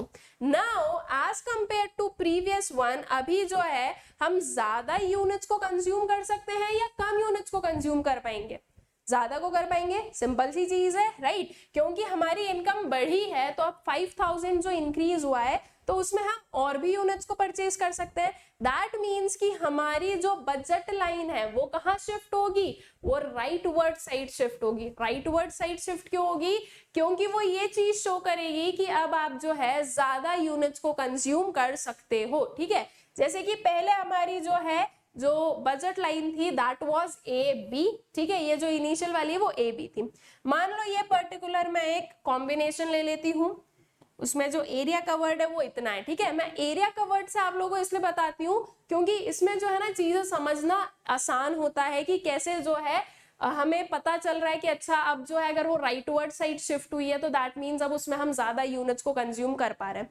ये कंसेप्ट थोड़े अभी अभी आप लोगों के लिए न्यू है, इसलिए हम थोड़ा जो है प्रॉपर एकदम बेसिक लेवल से इसे समझ रहे हैं। धीरे धीरे आप लोगों को आदत हो जाएगी, फिर आप लोगों को कोई नींद में भी उठा के पूछ ले कि अच्छा अगर इनकम बढ़ी है तो राइट वर्ड में शिफ्ट हो गया, लेफ्ट वर्ड में, तो आप आराम से बता दो कि अच्छा राइट वर्ड में शिफ्ट होगा, ठीक है। लेकिन हमें जो है बेस मजबूत करना है तो इसके लिए थोड़ा सा हम लोग डिटेल में पढ़ेंगे, ठीक है।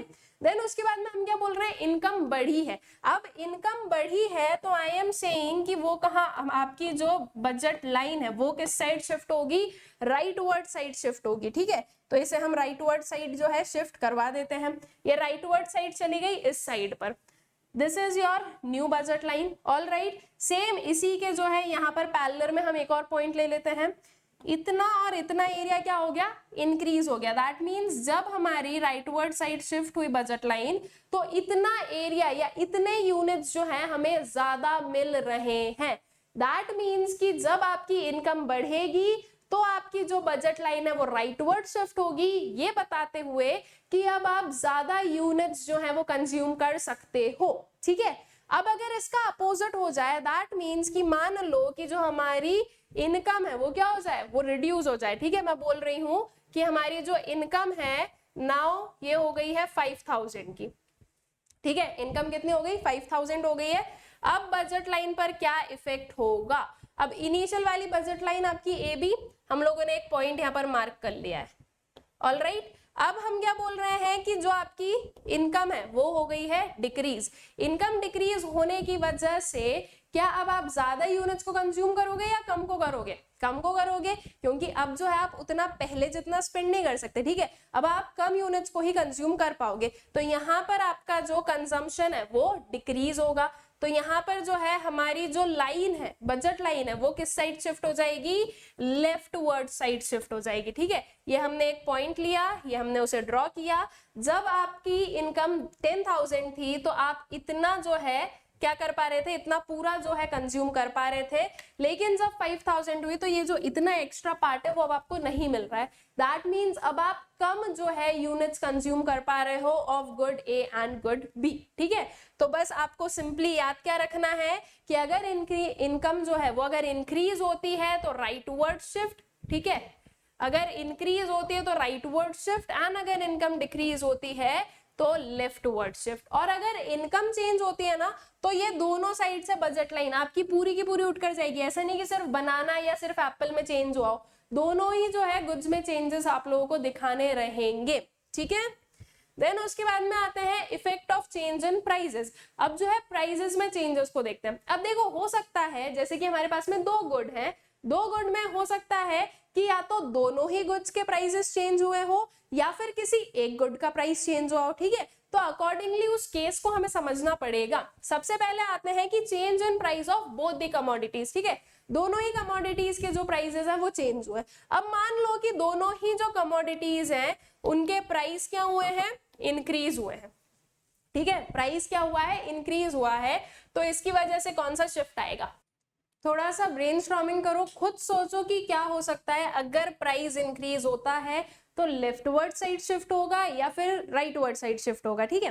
देखो अब ये है कि अभी अभी इनिशियली आप लोग एकदम से नहीं बता पाओगे कि मैम लेफ्टवर्ड जाएंगे या राइटवर्ड, लेकिन with the help of example तो हम लोग बता सकते हैं कि क्या होने वाला है, राइट। तो बस एग्जाम्पल लो, कॉपी पेन उठाओ, एक न्यूमेरिकल एग्जाम्पल लिख लेना, ठीक है, अपने हिसाब से कुछ भी, छोटे नंबर्स लेना, बहुत ज्यादा बड़े नंबर्स मत लेना, बड़े नंबर्स लोगे खुद कंफ्यूज हो जाओगे। जैसे कि फॉर एग्जाम्पल मैं बोल रही हूँ कि जो हमारी इनकम है, जो इनकम है that is, let's take for an example 20 rupees की है, ठीक है। दो गुड्स हैं, गुड ए है, गुड बी है। अब दोनों के कुछ कुछ प्राइजेस ले ले, गुड बी का जो है प्राइस ले लेते हैं हम लोग 4 रुपीज का, गुड ए का प्राइस ले लेते हैं हम लोग कितना, 5 रुपीज का, ठीक है। Let's take for an example कि मैं ए जो गुड बी है उसके कितने यूनिट्स कंज्यूम कर रही हूँ, उसके हम लोग लेट्स टेक की 2 जो है, ठीक है, 2 यूनिट्स हम लोग कंज्यूम कर रहे हैं। या फिर हम लोग इसका ले लेते हैं 5th वाले का कि यहाँ पर हम लोग ले लेते हैं 4 यूनिट्स, तो ये हो जाएगा आपका कितना, 0 यूनिट्स का, ठीक है। यहाँ पर अगर आपने ए के 4 यूनिट्स को कंज्यूम कर लिया तो आप बी के कितने यूनिट्स को कंज्यूम करोगे, 0 यूनिट्स को, क्योंकि 5 into 4 कितना हो जाएगा, that will be equal to ₹20, जो कि आपकी टोटल इनकम निकल जाती है। अब हमने ये प्राइस जो है इनिशियल बता दिया। अब हम क्या बोल रहे हैं कि प्राइस क्या हुआ है, प्राइस हुआ है चेंज। प्राइस में हमने यहाँ पर बोला कि ये बन गया ₹5 का और ये कितना बन गया है, ये बन गया ₹6 का। नाउ पहले मैं गुड ए के 4 यूनिट्स को कंज्यूम कर रही थी, अब अगर मैं गुड ए के 4 यूनिट्स को कंज्यूम करूंगी तो कितना प्राइस बनेगा, अगर 6 into 4 हम लोग करें तो that will give us ₹24। All right, ये क्या हुआ, 24 हो गया। तो इट मीन्स कि ये हमारी इनकम से ज्यादा हो गया है। तो इसका सिंपल सा मतलब है कि हम इतने यूनिट्स ऑफ गुड ए जो है वो कंज्यूम नहीं कर सकते, हमें इसका जो कंजम्पशन है वो क्या करना पड़ेगा, वो कम करना पड़ेगा, ठीक है। तो अब देखो आपने गुड ए का कंजम्पशन क्या किया है, कम किया है। क्यों करना पड़ा ये, क्योंकि आपके जो प्राइस है वो बढ़ गए, इनकम में कोई चेंजेस नहीं है, प्राइस में चेंज हुआ है, ठीक है। तो उसकी वजह से हमें अपना कंजम्पशन कम करना पड़ा। अब ऑब्वियस सी बात है, यहीं पर 24 हो गया तो यहाँ पर तो आप कुछ ले ही नहीं सकते हो, ठीक है। तो अल्टीमेटली इसका जो है गुड बी का अभी हाल फिलहाल आपने कोई कंजम्पशन नहीं किया है। तो अगर आप इसे 0 यूनिट्स ना लेकर 1 2 3 कुछ यूनिट्स लोगे तो इसमें भी आप देखोगे कि इसका जो कंजम्पशन है वो क्या होगा, वो डिक्रीज होगा। तो जब प्राइजेस बढ़ेंगे आपकी कमोडिटीज के तो उसकी वजह से कौन सा शिफ्ट आएगा, उसकी वजह से लेफ्टवर्ड शिफ्ट होगा। लेफ्टवर्ड शिफ्ट मतलब कि अब आप कम यूनिट्स को जो है कंज्यूम कर पा रहे हो, ठीक है। तो आपकी जो इनिशियल वाली वी वुड से कि जो इनिशियल बजट लाइन थी, अगर इस डायग्राम के हिसाब से बताएं तो वो हो जाएगी आपकी ये वाली BL वाली, ठीक है। अब लेफ्टवर्ड शिफ्ट हुआ है, दैट मींस प्राइसेस बढ़े हैं, तो हम आ गए B1L1 पर, ठीक है, ये लेफ्टवर्ड शिफ्ट। अगर इसका अपोजिट हो जाए स्टूडेंट्स की जो आपके प्राइसेस है वो क्या हो जाए, वो कम हो जाए, ठीक है। जो प्राइसेस है वो अगर डिक्रीज हो जाए तो अब आप ज्यादा यूनिट्स को कंज्यूम कर पाओगे, राइट। हाँ, मम्मी ने हमें 20 रुपए दिए लेकिन जो चॉकलेट पहले 5 रुपए में आती थी अब वो 4 रुपए में आने लगी, तो हम ज्यादा यूनिट्स ऑफ दैट जो चॉकलेट है वो कंज्यूम कर सकते हैं, राइट। तो दैट मीन्स कि अगर प्राइसेस कम होंगे तो आप ज्यादा यूनिट्स, ज्यादा जो क्वांटिटीज हैं उन्हें क्या कर पाओगे, उन्हें कंज्यूम कर पाओगे। तो तब जो है कौन सा शिफ्ट होगा, आपका राइटवर्ड शिफ्ट होगा, ये बताते हुए कि अब आप जो है ज्यादा क्वांटिटी ऑफ कमोडिटी को कंज्यूम कर सकते हो। ऑल राइट, तो ये होता है effect of change in price in of both the commodities, ठीक है। अगर दोनों ही कमोडिटीज में चेंजेस होते हैं तो अब इसके अलावा केस होते हैं कि हो सकता है कि किसी एक कमोडिटी के प्राइसेस में चेंज आया हो, ठीक है। तो फिर उसमें क्या हमें चेंजेस देखने को मिलेंगे, जैसे कि फॉर एन एग्जांपल हमने एप्पल्स एंड बनानास लिए हैं और हम बोल रहे हैं कि जो एक्स एक्सिस पर आपकी कमोडिटी है ठीक है, जो एक्स एक्सिस पर आपकी कमोडिटी है उसमें क्या हो रहा है, उसमें चेंजेस आए हैं, ठीक है, उसके प्राइस में चेंजेस आए हैं। जो वाई एक्सिस पर है वो कैसी है, वो कांस्टेंट है। तो वाई एक्सिस पर जो आप कमोडिटी देखोगे उसमें कोई भी चेंजेस नहीं होगा, ठीक है, ना तो वो राइटवर्ड जाएगा ना ही वो लेफ्टवर्ड जाएगा, वो एज इट इज वहीं पर है। सिर्फ और सिर्फ चेंज किसमें हुआ है, जो एक्स एक्सिस पर कमोडिटी दैट इज एप्पल में, ठीक है। अब मान लो कि एप्पल का जो प्राइस है वो क्या हो जाए, वो अगर इंक्रीज हो जाए, तो प्राइस इंक्रीज होने पर हम कम यूनिट्स को कंज्यूम कर पाएंगे। दैट मींस कि जब प्राइस इंक्रीज हो रहा है तो कौन सा शिफ्ट आ जाएगा, लेफ्टवर्ड शिफ्ट आ जाएगा, ठीक है। तो यहाँ पर हम क्या देखेंगे, लेफ्टवर्ड शिफ्ट देखेंगे, ठीक है। तो पहले जो हमारी बजट लाइन ए बी थी वो अब क्या हो जाएगी, बी ए टू हो जाएगी। अगर इसका अपोजिट केस हो जाए कि जो प्राइस है वो बढ़ जाए, ठीक है, प्राइस कम हो जाए, वहां पर भी बढ़ा था, यहाँ पर हम जो है प्राइस को क्या कर दें कि प्राइस जो है वो डिक्रीज हो गया। तो अगर प्राइस डिक्रीज हो जाएगा तो हम ज्यादा यूनिट्स ऑफ एप्पल को परचेज कर पाएंगे। तो एप्पल में हमने क्या देखा है, राइटवर्ड शिफ्ट देखा है, ठीक है। तो ये हो जाएगा आपका change in the price of commodity on x axis, ठीक है। अब सेम अगर इसका वाई एक्सिस ले लो, कुछ नहीं, बस एक्सिस चेंज हुआ है, कंसेप्ट सेम है।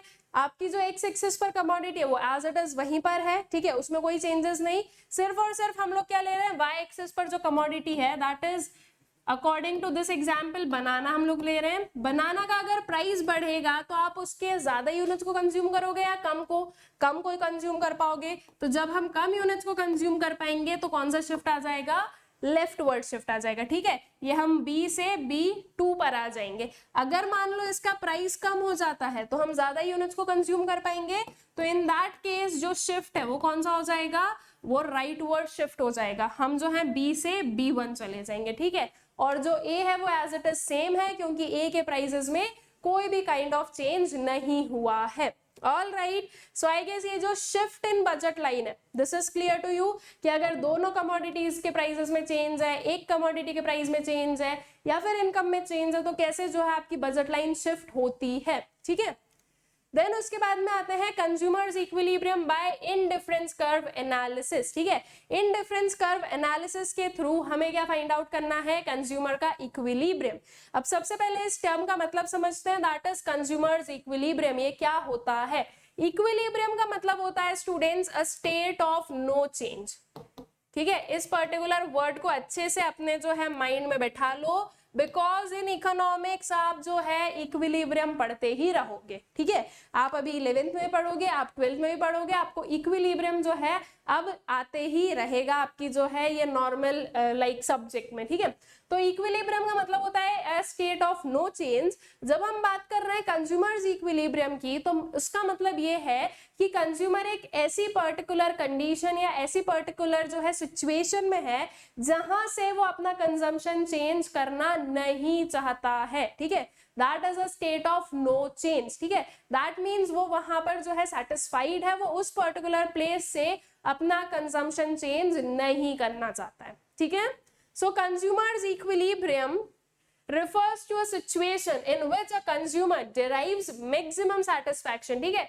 अब मैक्सिमम सेटिस्फैक्शन क्यों बोल रहे हैं, क्योंकि हम क्या बोल रहे हैं कि जो कंज्यूमर है वो अपना जो स्टेट है ऑफ कंजम्पशन वो चेंज नहीं करना चाह रहा।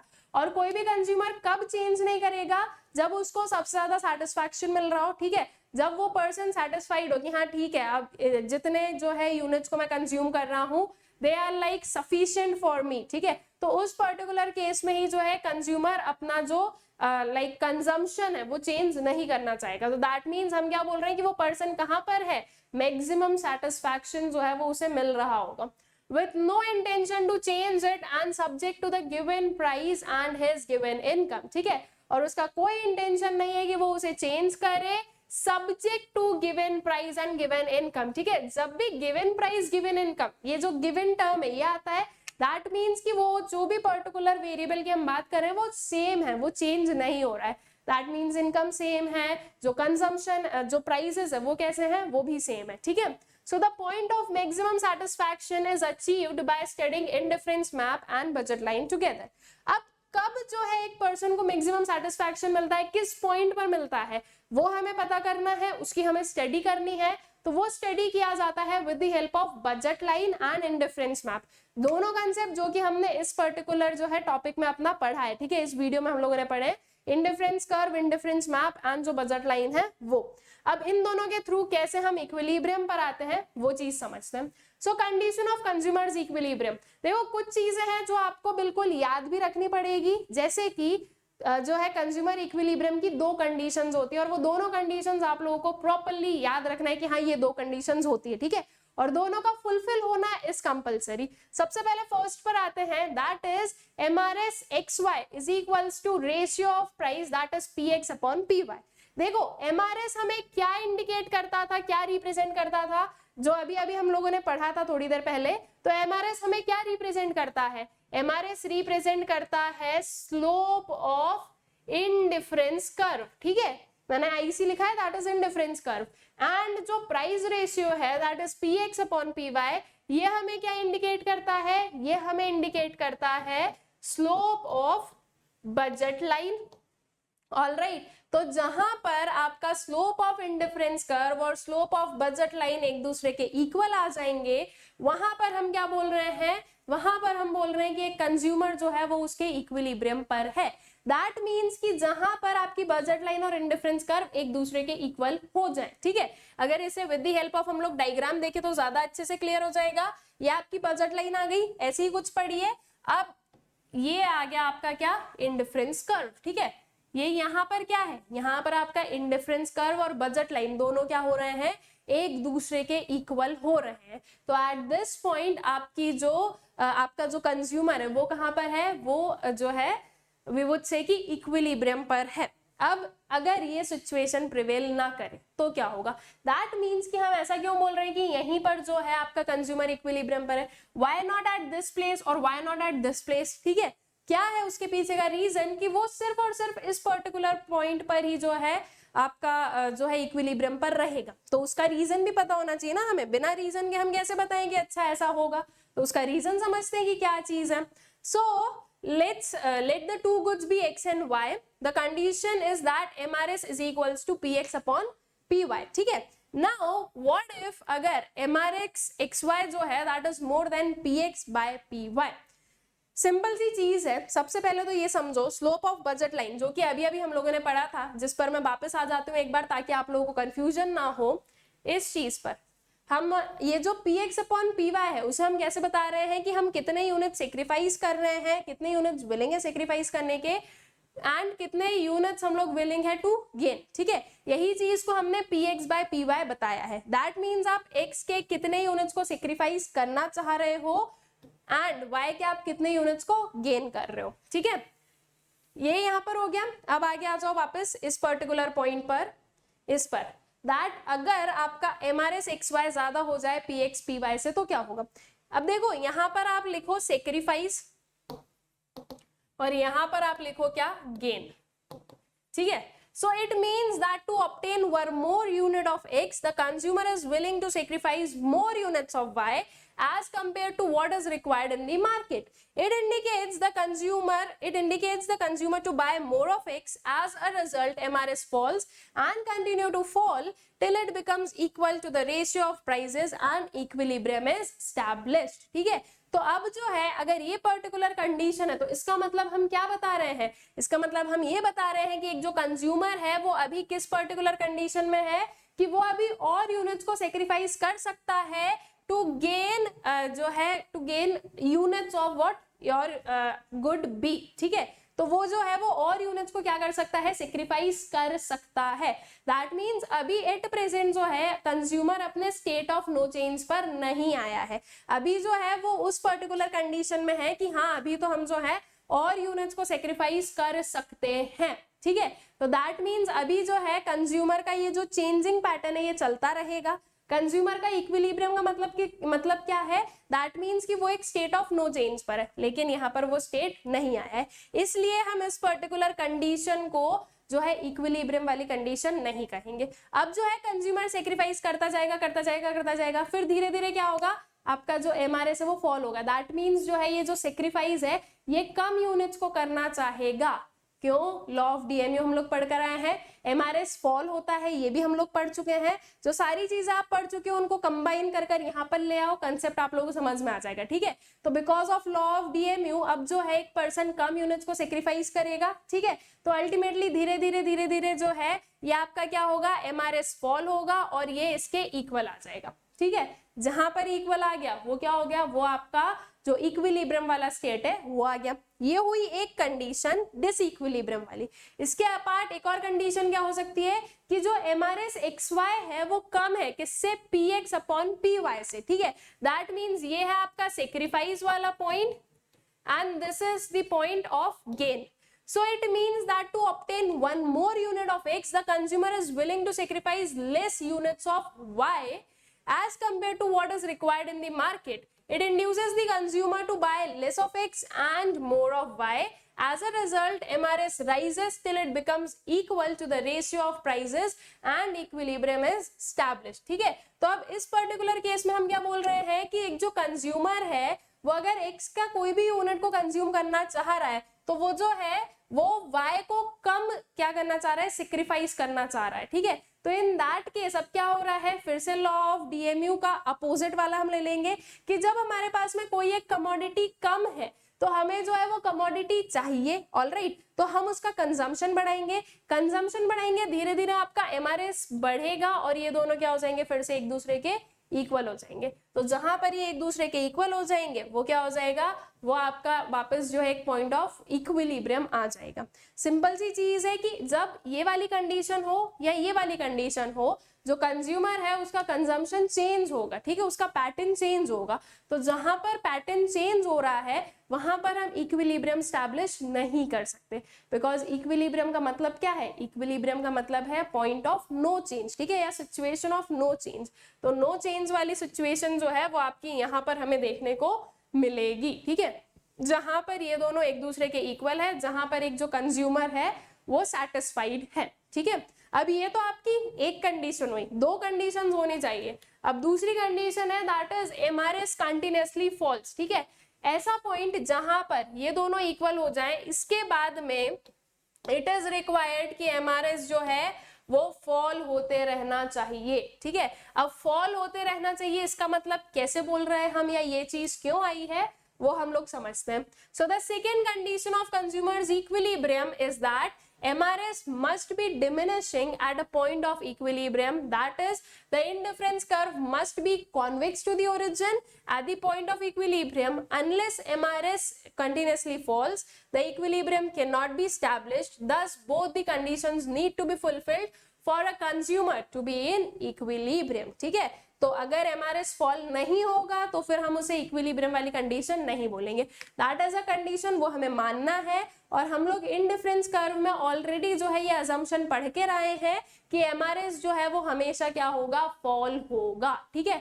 तो अल्टीमेटली यहाँ पर भी वही सेम चीज कि एमआरएस जो है वो क्या हो रहा है, वो कंटिन्यूअसली फॉल होता हुआ हमें दिख रहा है, ठीक है। So this is the second condition, all right. इसे अगर हम लोग कर्व के जो है उसमें देखें तो कुछ यहाँ पर देखेंगे, तो देखो अगर ये वाला कर्व देखें, indifference curve that is IC1 देखें, तो आप बोलोगे मैम IC1 भी तो जो है यहाँ पर और यहाँ पर इक्वल बन रहा है, राइट, ये भी तो इक्वल बन रहा है आपके बजट लाइन के, तो भी हम क्यों बोल रहे हैं कि सिर्फ पॉइंट ई ही इक्विलिब्रियम पर है।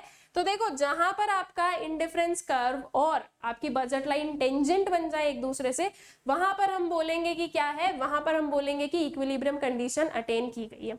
अब ई पॉइंट के बाद में आप देखोगे कि जो एमआरएस है वो फॉल हो रहा है, ये कैसे पता है, कॉन्वेक्स टू द ओरिजिन है तो फॉल हो ही रहा है, ठीक है। तो बस वैसे ही समझ में आ गया, अगर आपका indifference curve convex in origin है दैट मीन्स आपका जो एमआरएस है वो क्या हो रहा है, वो फॉल हो रहा है। All right, so these are two conditions of consumers equilibrium by indifference curve analysis, ठीक है। MRS जो है वो किसके इक्वल हो जाए, जो प्राइस रेशियो इसके इक्वल हो जाए, और जो MRS है that should continuously fall, all right. So यहाँ तक जो है हम लोगों ने जो ऑर्डिनल यूटिलिटी अप्रोच है वो कंप्लीट कर ली है एंड आई गेस कि आप लोगों को ऑर्डिनल यूटिलिटी अप्रोच जो है वो क्लियर हो गई है। अभी चैप्टर फिनिश नहीं हुआ है, चैप्टर में अभी भी चीजें बची है। अभी हमें डिमांड, इलास्टिसिटी ऑफ डिमांड पढ़ना है, जो कि हम लोग आगे आने वाले वीडियोस में देखेंगे। आई होप सो कि जो ऑर्डिनल यूटिलिटी अप्रोच है वो आप लोगों को अच्छे से जो है क्लियर आउट हो गया है, यहाँ पर जो है कोई भी डाउट नहीं बचा है। इसी के जैसे और भी वीडियोस जो है आप लोगों को हमारा जो यूट्यूब चैनल है सोशल स्कूल, वहां पर मिल जाएंगे। You can subscribe to the channel and get daily updates. Also students, you can download Unacademy app, जहां पर आपको और भी जो है एक्सटेंडेड फीचर्स मिल सकते हैं, जैसे कि आप लोगों के पास में जो है चांस है ऑफ रियल टाइम जो इंटरेक्शन है यूजिंग चैट्स एंड इमोजीज के साथ में आप लोग कर सकते हो। आप क्वेश्चंस पूछ सकते हो यूजिंग क्वेश्चन टैब। आप लोग जो है लाइव पोल ऑप्शंस है आप लोगों के पास में for quiz. Also you have the chance to win scholarship through weekly scholarship test. ये सारे जो फीचर्स हैं ये अवेल करने के लिए और मैक्सिमम डिस्काउंट पाने के लिए you can use code Sakshi V. Also आप हमारा जो टेलीग्राम चैनल है सोशल स्कूल, उसे ज्वाइन कर सकते हो, जहां पर आपको वेरियस अपडेट्स मिलेंगे, जहां पर आपको नोट्स भी मिलेंगे। ऑल्सो अगर आप लोग की कोई क्वेरीज है तो वो भी आप लोग वहां पर क्लियर आउट कर सकते हो। आई होप सो कि ये सारी चीजें जो है आप लोगों को अच्छे से क्लियर हो गई है। ये जो ऑर्डिनल यूटिलिटी अप्रोच था ये भी अच्छे से क्लियर हो गया है। Thank you.